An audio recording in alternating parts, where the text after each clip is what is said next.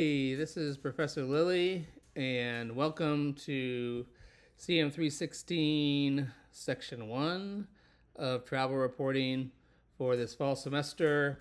I'm excited to be teaching the course. I've been for the last few years only teaching it in the summer, and so that's a really shortened 6-week experience. And it's nice to be able to kind of stretch everything out a little bit more in the fall semester. Normally, it'll be taught by Dr. Amy Becker, and she's on sabbatical. And Dr. Elliot King also teaches a section. And the way we've done it for the last few years is that he would teach a section that's for students who are on campus. It's still online, but students are on campus in Baltimore, and they're writing about different places, restaurants, museums, hiking trails in Baltimore. And then Dr. Becker would teach a class or section that mostly has abroad students. And to be honest, there might be some of a mix in this section. So I'm interested in learning which of you are on campus and which of you are abroad, but it's designed so that it could be you could be either one. So, and the main purpose of the course is writing about your experiences wherever you are. So in the summer, students could be wherever they're living. A few students have already left to go abroad, and that's what they're writing about for the summer experience. And then you will be doing the same thing this semester. So right now I'm at home. I just was appointed a couple months ago as the Communication and Media Department Chair. And so at this beginning part of the semester, I just completely swamped with emails and requests and meetings. And that's one of the reasons why it took me until Thursday. I apologize to do this intro. And today I'm home. I have a new puppy. I was going to show you the puppy, but he's moved. But if you hear a whole bunch of dogs barking, it's my dogs, including my puppy. In this video, I'm just gonna real quickly try to do it quickly. Give you an orientation to the course and how it works. And so let me start with that. You can't. Can you see here? Shoot. Okay, so the way to communicate with me is definitely email, and I'm on my email all the time. And so if you ever have a question about if you're not sure what to write about or an assignment or grade, then please email it and I'll get back to you quickly. If you wanted to do a phone call or Zoom, for Zoom, just email me and request that. We could do that. If for a phone call, you might want to text me first, just because if an unsolicited text, I'm sure like most of you, then I usually don't answer it. So you might text me and say, hey, Dr. Lilly, this is so-and-so from your class, and can we talk? And then I can call you back when I'm available. So the course, let's see. It's kind of difficult, so I need to open these tabs and then show my face again. I actually did this video already once. I guess it was a dress rehearsal, and then realized I totally forgot to put the video part. And I was like, well, students probably want to see who their professor is. So I'm redoing it. And that one was 40 minutes. So this one really don't want it to be another 40 minutes. So I send out emails most Sundays or Monday. And so the course weeks, I see them as running from Monday till Sunday. And so like whatever the activities are for that week, and usually I've actually set it up so we're mostly going to be in 2-week modules.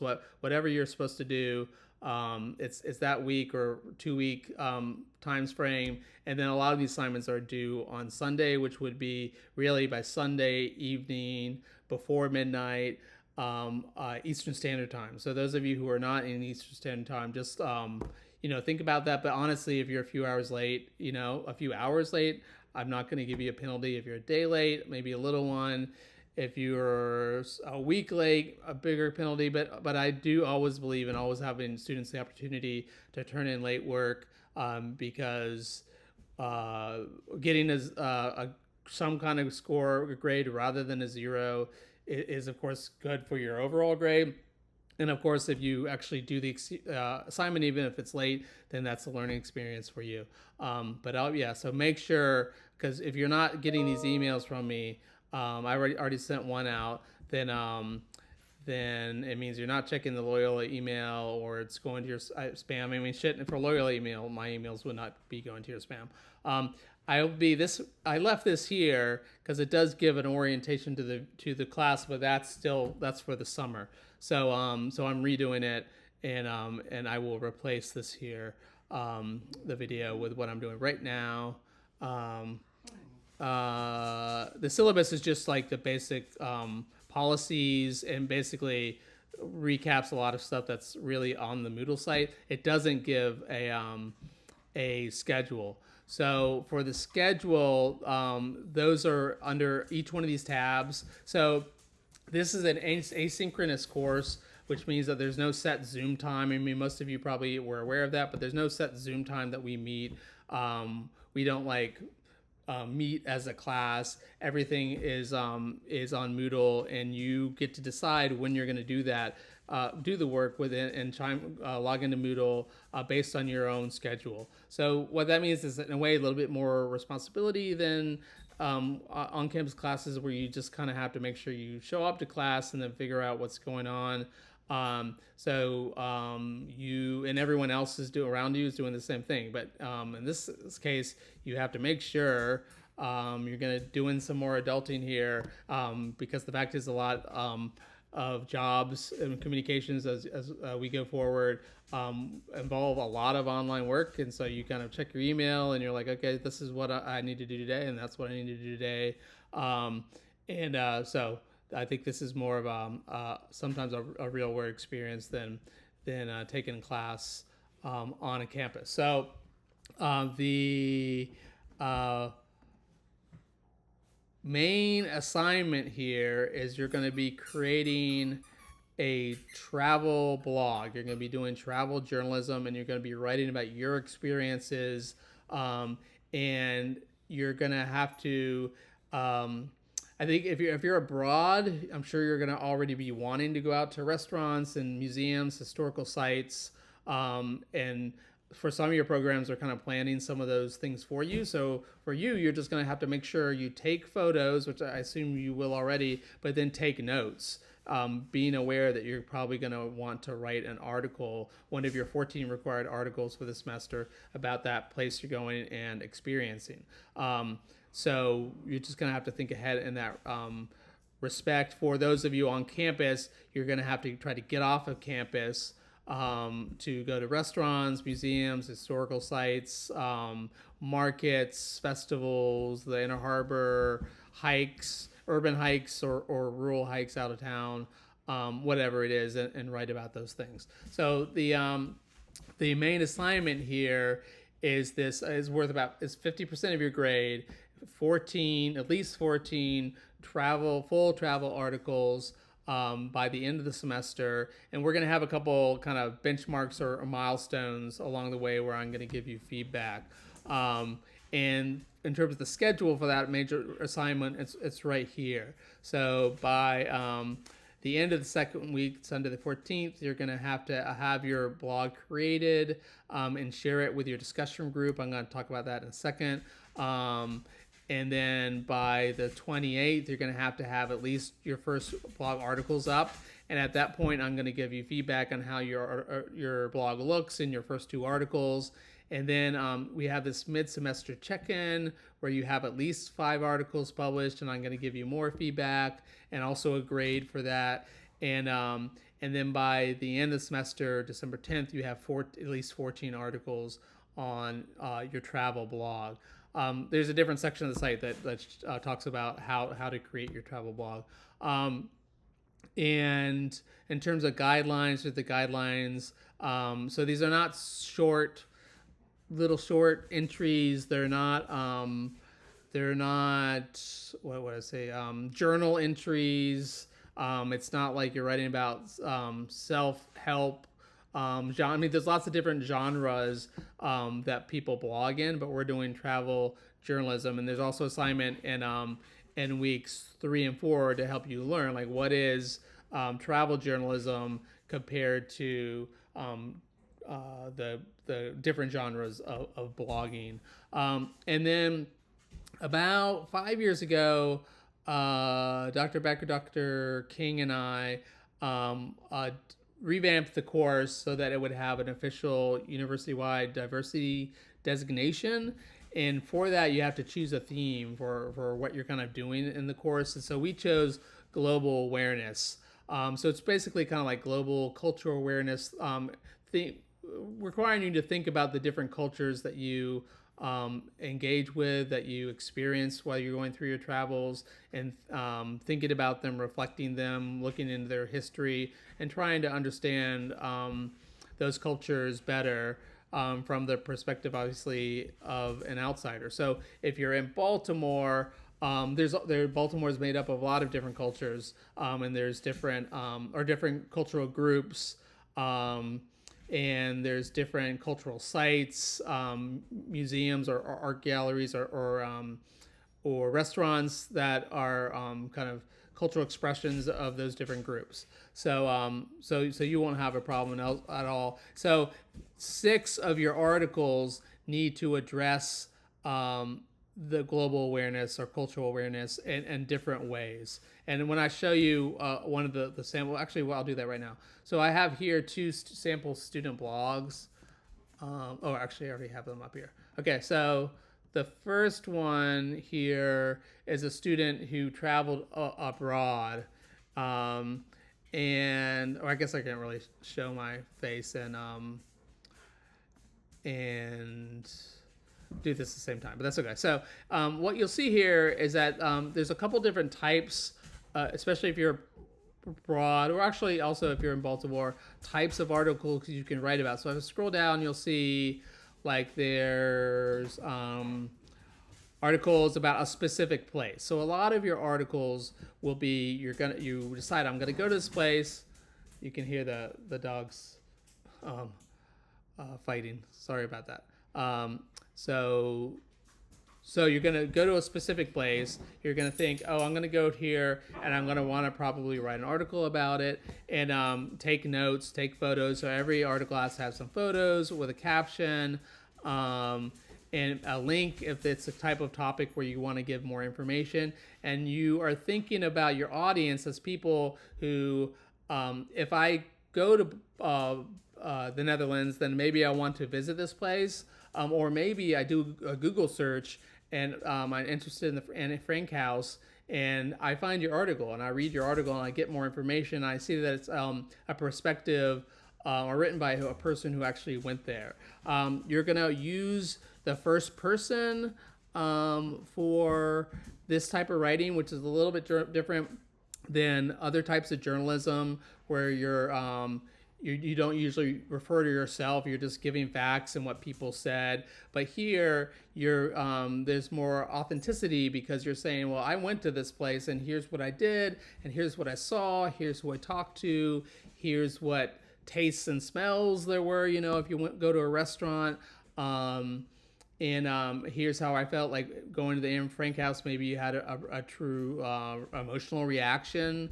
And then you're also, though, giving facts like the history of the place, and if it costs money to go there, how much it costs, how you get there, so that if I do go to the Netherlands, I can learn a lot from your article about how to get there, if I have to be prepared to pay money.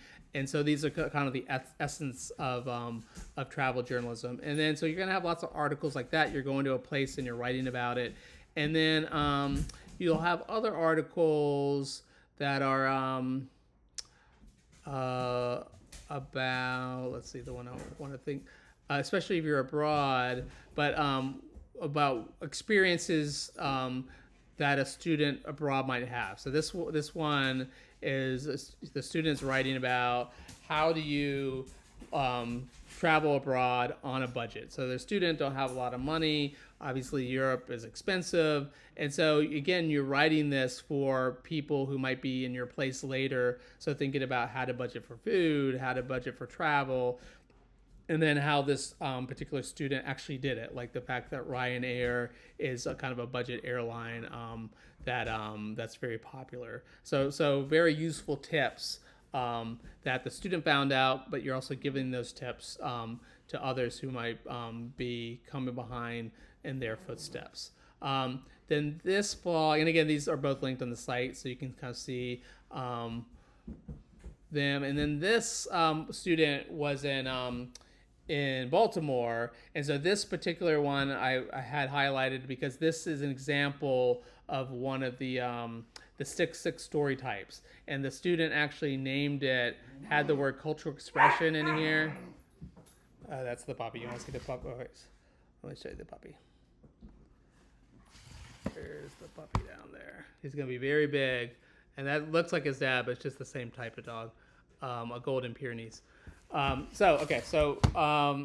So this student named put the word cultural expression in the title so that I could know at the end of the semester when I go to see, did this student do the 6 required global awareness story types? And I'm like, okay, yeah, they did the heritage spirit, intangible cultural experience. Okay, so cultural experience. Okay, and then I know that, or rather, cultural expression, and so that was a good cue to me that they wrote about that. But you can see that, and then they chose to put their global awareness final project here. But I've just asked everyone to write it as an essay and submit it on Moodle. And then, but these other articles are about a place that they went. So a restaurant, a couple of restaurants here, the experience of riding the light rail, a music and arts location, which would have counted as one of the 6. Okay, so and these are 2 different types. Actually, I think these are both using Blogger, so as their blog venue type or platform type. So anyway, here's all the guidelines are here for that major blog assignment are here under weeks 1 and 2. And then also at the bottom are some really important resources. So tips for creating a travel blog. This talks about the different venues. So popular are Blogger, which is also called Blogspot, Tumblr, and WordPress are probably the 3 most common that students use. I have had students before who start on one and then decide to change it, and that's fine, as long as you let your group know, and how to create a blog. And then another thing that's really important is, and I've asked you in your things that you need to do for the first week, are to sign up for a group discussion group. Okay, so looks like several people are here. I think I need to come through and make it so that more students can fit into each one. And so these discussion groups are used for several assignments. So the important thing in the first couple weeks are to sign up for one, but then I ask you to actually introduce yourself to your group and say, here's why I'm traveling. These are the types of things I are thinking about writing about. And then when you finish creating your blog by Sunday the 14th, you're going to go back to the group discussion forum and you're going to say, here's the link. Because for a couple assignments, these students need to go and look at your blog for a couple of the different assignments. So you're going to have to share the URL, the link to your blog. And so you might be wondering, where is my group discussion forum? So they live under weeks 5 and 6 because the reading and discussion assignment is a major assignment that uses the group forum. So the group forums are right here under weeks 5 and 6. So anytime you see something, you need to post this in the group discussion forum, you have to come to weeks 5 and 6 where your group, if you're in group gray, then that's where it lives. Okay, so in weeks 3 and 4, like I mentioned before, I think it's a good idea before you actually start doing travel journalism on your blogs to understand what is that? Like, what is travel journalism? What's blogging? What's the difference between the two? And so I have this assignment. So this is the one assignment where there's a discussion forum that's for the whole class, not for your individual group. So that at the bottom here for weeks 3 and 4, you have this one unique discussion forum that's just for this assignment.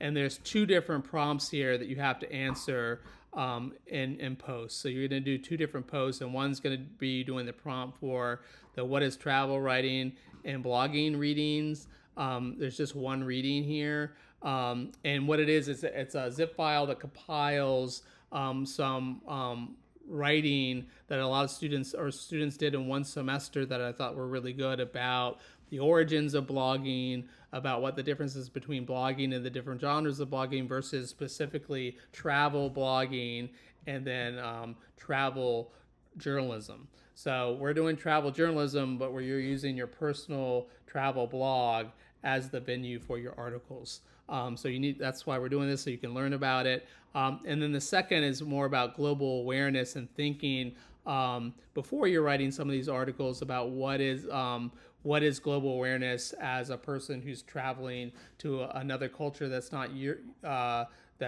culture, and being reflective on trying to understand that culture better. And there's a reading and a video for that. And then for the reading discussion, you're going to read good examples of travel journalism, and you're going to write short summaries about them. And then you're also going to reflect on them about what you learned that you can use. So this particular article I really liked, after you give a really short summary, I really liked how it used dialogue for me to better understand the place that they went and the people that they were with. And I would like to do something like that in some of my articles. Or I really like this particular topic and type of place they went, and I want to go to that type of place in my writing. So you're reflecting on what you learned and how you can do it or apply it in your travel articles. So that's what I mean by reflection. And in most of these discussion forum assignments, you need to also reply, like read a few of what the other students wrote and reply to them. And that's part of the grading. So don't just do your post and not reply to others. And I always say how many. And I also notice here that a couple of these I need to go through and I need to put the correct dates, right? Obviously, you're not going to be doing this in August. So I'll go through and make sure that I put the correct date. I see here, there's a couple of places where I talk about chatbots. Like I think I just have a note here. So you're not allowed to use, to write your articles, obviously, using ChatGPT or whatever. I mean, I will know it because it will write the article badly. You're supposed to use the first person. You're supposed to talk about your experience. Obviously, that's not something that a chatbot can do. And just the format of the writing that the chatbots are designed to put out is not what we're looking for. So don't do it. I mean, you could, like, if you're going to a particular historical site, you could use it to give you a list of facts or something and maybe choose to include a couple of those. But obviously you could get that from Wikipedia or other websites, or go to the place itself and read the placard, then write down the fact. Like, that's better. This brings up to sourcing. In journalism, you don't source or cite in the same way you do in a academic article that's like a theology or history article. So you do sometimes source something. So if someone said something, I said, so and so said this. So that's giving the source of where the quote from, or according to this website. So if it's really specific information, you can say what the source is. But if it's really general information, like a historical date or something like that, where you could find lots of other places, you just say it. You're the journalist. You did the due diligence. You make sure that this fact is true. That's another reason why you don't use chatbots, is because they're just like looking through all sorts of places on the web and other sources, and they're not trying to check and see if all the information that they're getting is true. They're just grabbing it and spitting back stuff assorted based on your prompts. Okay, so then in the middle of the semester, I've worked in a couple of spots where you can have. Sorry, I forgot to put my my video back up. So a couple spots where to have just more flexibility. So in the middle of the semester, this is where we're going to have the mid-semester check-in, which is just where I'm going to check to make sure that you have the required 5 articles on. It would be better at that point if you have more, but I'm going to check to make sure you have that. That's going to be part of the grading, and then I'm going to read a few and give you feedback. So this is these 2 weeks a chance for you to catch up, and you're going to realize, oh, I don't have. I think that the actual deadline will be like in the middle of this, like at the end of week 7. And so you'll realize, oh, I only have 3. I need to get 2 more up. And then also you'll get more feedback from me about how you're doing in terms of your articles.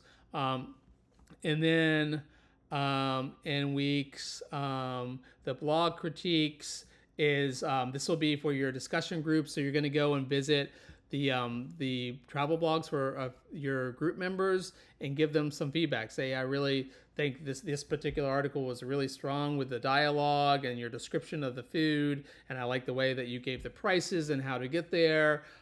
This other article, I feel like you could improve it by you forgot to include photos, or the photos aren't very high quality, and this could definitely use a link or two for people to get more information. And it would be good for you to say how much your flight was for people who might want to do that same trip. So you're giving both positive feedback and also things that that your group member can work on.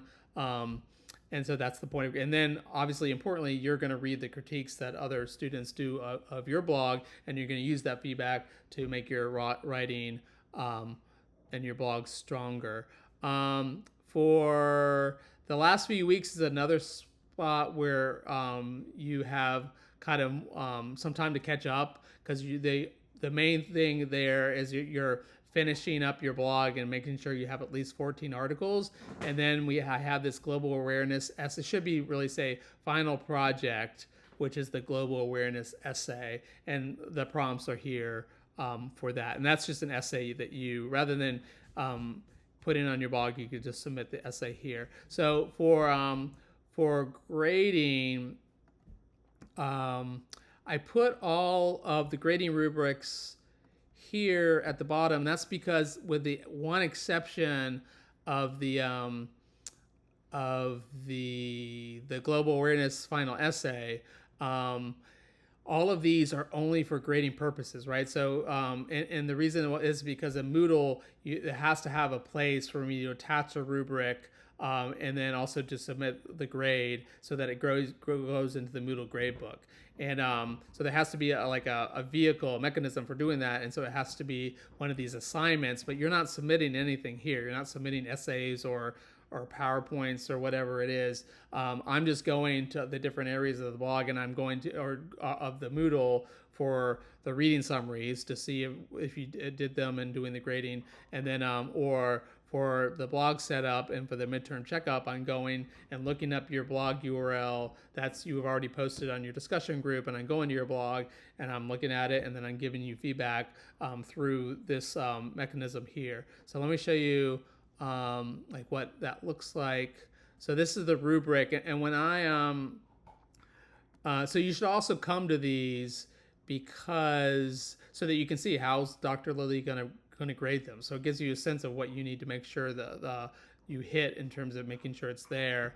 And when I grade it, it'll give me a box for each one of these where I can give you feedback, and then a general feedback at the end. So if you didn't, like, you submitted your blog like a week late and I took away a point, then I could say, here, you submitted it a week late.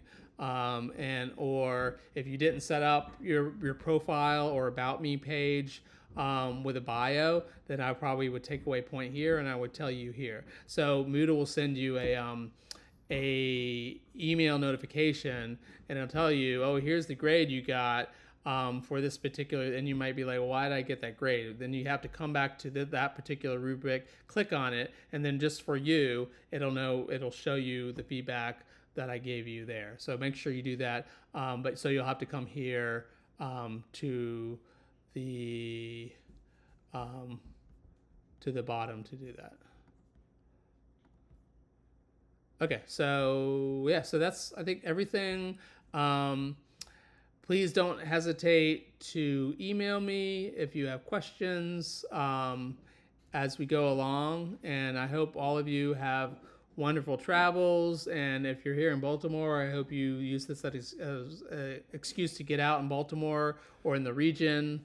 To do some exciting traveling and go some interesting places and think about them and write about them and use it as an opportunity to improve your writing and your understanding of this genre of writing. So that's it for this overview, and I hope you have a great first couple weeks of classes.